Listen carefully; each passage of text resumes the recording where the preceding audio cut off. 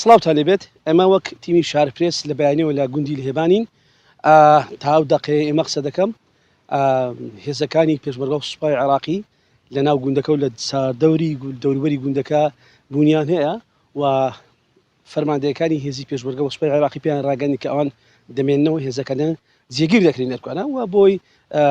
سەرژانی هاوڵاتیان بپارێزرێت و جگەرەوەش خەڵکێکی با بڵێن زۆری گوندەکە گەڕامەوە تو ئێستا ژیان دەتوانێت وڵێم لەناو گوندە ئاساییە من ئێستا لەگەڵ یەک دوو گەنجی ئەو گوندە گفتوگۆ دەکەم سڵاو دەبێت لە دوێنێ پێرێ ڕۆژەکانی دیکە ئەو شەڕ و هێشانی داعش تو لە گوندەکە بووی نەوەڵام لێرە نەبووم بەس ماڵی برایەکەم لێرێ و ماڵی مامیشم لێکوانەیە تۆ بەهانایەوەدا بەڵێ بەڵێ منش بەهانایەوە چوو دۆخەکە چۆن بۆ کاتانێک وەڵڵی دۆخەکە زۆر خراپ بوو زۆر خراپ بوو نزیکەی 25 داعش چاردەوری گوندەکەیان گرتە بوو خەڵکەکەی تۆقدا بوو بەڵام خەشی گوندەکە بەرپەستیاندانەوە و داعشی وەدەرنا بۆچی داعش چەند جارێکە هێرش دەکاتە سەر ئەو وەڵڵاهی نازانە بە قورئانەوە هەموو چاردەوەرەمان هەموو گوندەکانە نازانم ئێرە بیرە نەفتی شتوی لێیە نازانم بۆچی یانی ئێمەش سەرمان سوورماوە بەڕاستی لەو گوندانە دێنە خوارەوە بەس دێنە گوندی لهێبان باش ینی لەو گوندانەی دێن زنجیرچیای قەرەچووخ هاتنی تیرۆسانی داعش بۆ ئەو گوندە ڕێگاکە ئاسانە یا قورسە ڕێگاکە وەڵڵا ڕێگاکە زۆر قورسە چۆن دەگەنێرە وەڵڵاهی نازانم زۆر سەیرە بەبینی پێشمەرگە و جێشی عێراقی دادێن یعنی زۆر سەیرە ئەو بینە ئەوەندا ئەو بینە فەراغە بەو فەراغی دادێنە ژۆرێ بەڵام ئەوڕۆ گورەما زۆر بەرزە و هێزی پێشمەرگە هاتە گوندی لهێبان گورەما زۆر بەرزە بسملای گەنجاوەش هیچێک لە با بڵێن خۆبەخشەکانە و هەر خەڵکی ئەو گوندەیە سڵاو دەبێت باس دەوە دەکرێت 3 جار داعش هێرشی کردووە لە 3 جارەکە لێرە بووی بەڵێ سەرەتا بە خێراتنی کەناڵەکەتان دەکەم ئەوەی ڕاستی بی ئەوە بۆ جاری سێمە لە ماوەی مانگێک بۆ مانگ و نیوێک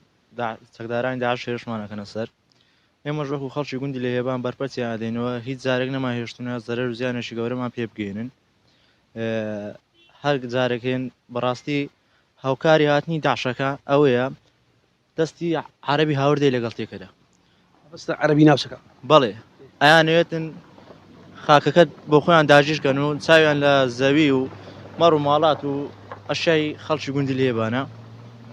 دەستیان لەگەر داعش تێکەر کردووە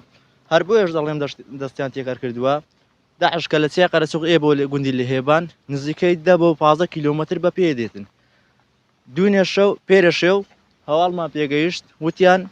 25 تا 30 داعش لە چیای قەرەچوق شۆڕ بوونەوە 20 دقەی نەبرد گەیشت بە گوندی لهێبان باش ئەمە ئەگەر سیارەیەک یان ماتۆڕێک نەبێتن چۆن وازوو گەیشتوی خوانە بە چاوی خۆشمان دیت بە ماتۆڕیا ناگوندی سوورانەوە ماتۆڕەکە ڕۆیشتەوە بۆ گوندەکانی ئەو لە کە عەرەبی هاوردەی لێیە بەڵام ئێمەش وەکو گوندی لهێبان نەماهێشتی زەرەر و زیانێکمان پێ بگات و ئاگرمانە سەر پشتیکردنەوە و بەسەرکەوتنی ئێمە کۆتایی هات باستەوە کرا کە دوێنێ گوندەکە سۆڵ کرا و ئێوە داوای بەهاناوە چونتان کرد لە سوپای عێراقی لە هێزی پێشمەرگە یعنی بۆچی گەشتە چی وای لێکردن ناچار بن ئەو داوای بکەن و گوندەکە سۆڵ بن ئەوەی ڕاستی بێ دوونێکە تەلەفۆنمان بۆ هێزی پێشمەرگە و هێزی جێشی عێراقی کرد کە بەهاناماوە بێن ئەوەی ڕاستی بێ ئێمە بۆ ئەوە چۆڵمان کرد ئەوان نەگەیشت بنەوە ئینتفاقەکە بێن بۆ گوندی لهێبان گوتیان ئێمە تاکو ئێستاک و ئینتفاقمان نەکردووە تاکو بین بۆ ناگوندی لهێبان بۆیە ئەوان گوتیان ئەم شەو پێمان ناکرێتن هەتاکو ئینتفاق نەکەین ئێمەش لەبەر ئەوە چۆڵمان کرد ئەگەر نا چۆڵمانە نەکرد بەڵام عیتادی کەممان پێما بوو خۆم شخصی خۆم تەنها ئەو مەغزەنەی سەر ئەم سیلاعم پێماوە تەنها ئەوم پێ لەوەتی لێرە محبوب فشەکەکانت ڕوبەڕووی داعش کرد بەس ئەوت تەنها یەک مەغزەنم پێما بوو بەرگریش بە مەغزەنێک ناکرێتن هێزی پێشمەرگەش دوێنێ شەو گوتیان تاکو ئینتفاقەکەین ناگەین بە فریاتان ئەلحەمدولیلا ئینتفاقیان کۆتایی هاتوو پێکاتن ئەمڕۆکە هێزی پێشمەرگە و چەند هێزی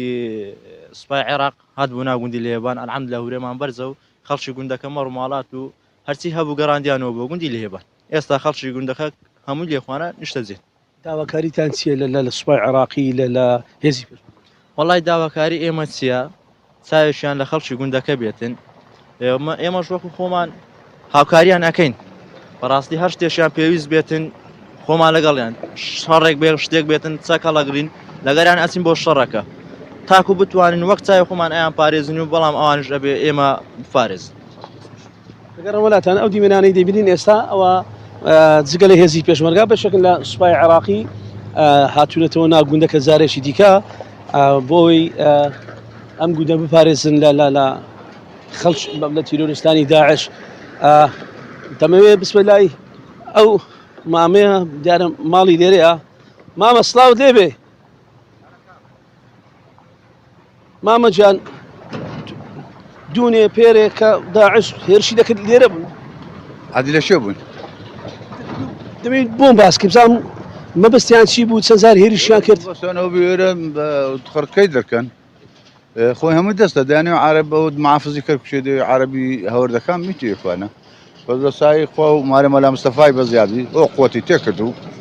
پرسیارەکە لێکم باس لەوە کرد کە پارێزگاری کەرکووک دەوێت عربی هاوردە بینی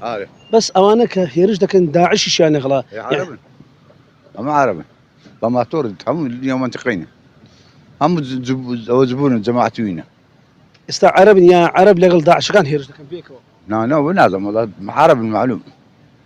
هەموو عرب چەند زار هێرشیان کرد 4 جار شکال و موزیان شکا 4 جار هاتینە ئارێوەڵە جەنازان لێرە کەت بوو ئارێوە ئەنگۆ خەڵکی گوندەکە